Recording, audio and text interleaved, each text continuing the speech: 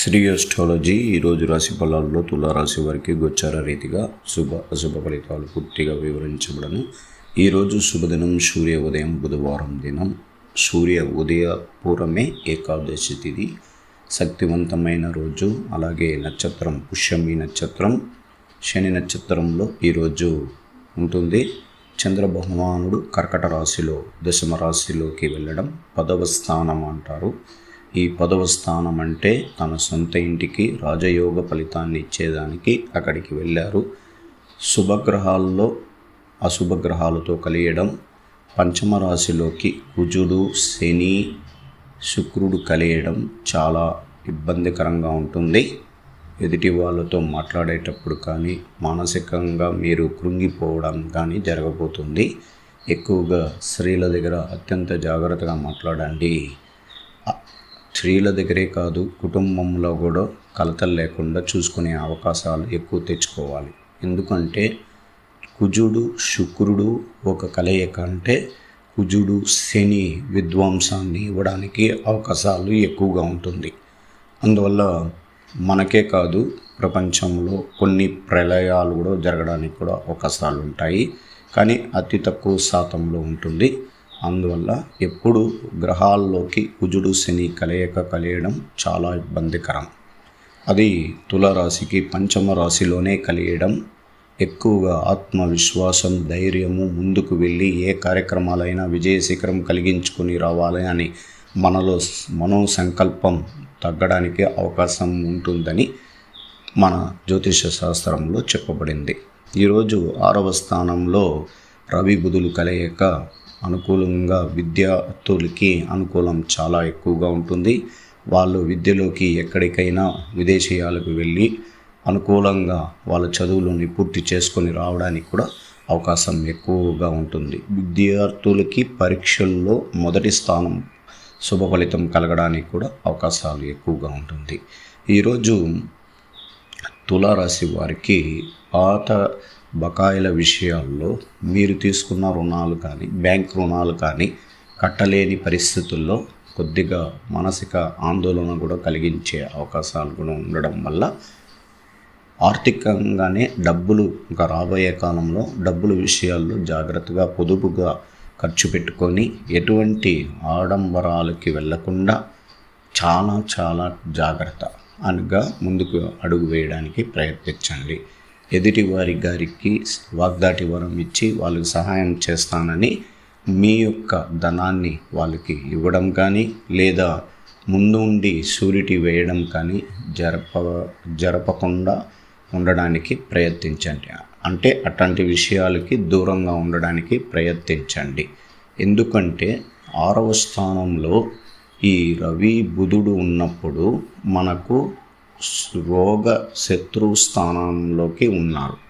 అంటే మిత్రులు మన దగ్గర చాలా చాకచక్యంగా మాట్లాడి మనల్ని ఇబ్బంది కలిగించే కొన్ని సన్నివేశాల్లో నెట్టడానికి ప్రయత్నం కూడా జరగడానికి అవకాశాలు ఎక్కువగా ఉండడం వల్ల మనం చాలా జాగ్రత్తగా ఉండాలి. ఇక్కడ గురువు తన యొక్క రాశి మేషరాశిలో నుండి తులారాశి వారికి పెద్ద దిక్కుగా అన్ని రంగాలలో విజయశిఖరం కలిగిస్తూ మంచి పనులకి మీకు సహాయ సహకారిగా ఉండి ముందడుగులు వేయడానికి ఆయన ప్రయత్నాలు కొత్తగా ఏమి చేయలేదు. చాలా రోజులు అయిపోయింది గురువు యొక్క మేషరాశిలో ఆయన స్థిరస్థానం. ఇంకా రాబోయే కాలంలో కొద్ది రోజులు మాత్రమే ఉంటారు.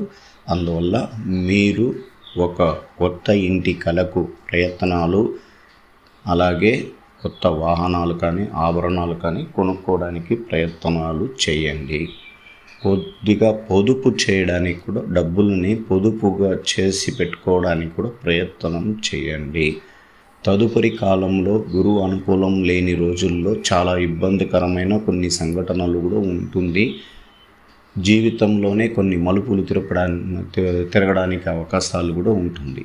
అత్యంత జాగ్రత్తగా మనం ముందడుగులు వేసుకొని చాలా ఈరోజు మనకు ఎంత సంతోషం, సుఖం, ఆనందం ఉంటుందో రేపు రాబోయే కాలానికి అది కొద్దిగా మనకు తలకిందులుగా మారడానికి కూడా అవకాశాలు ఉంటాయి.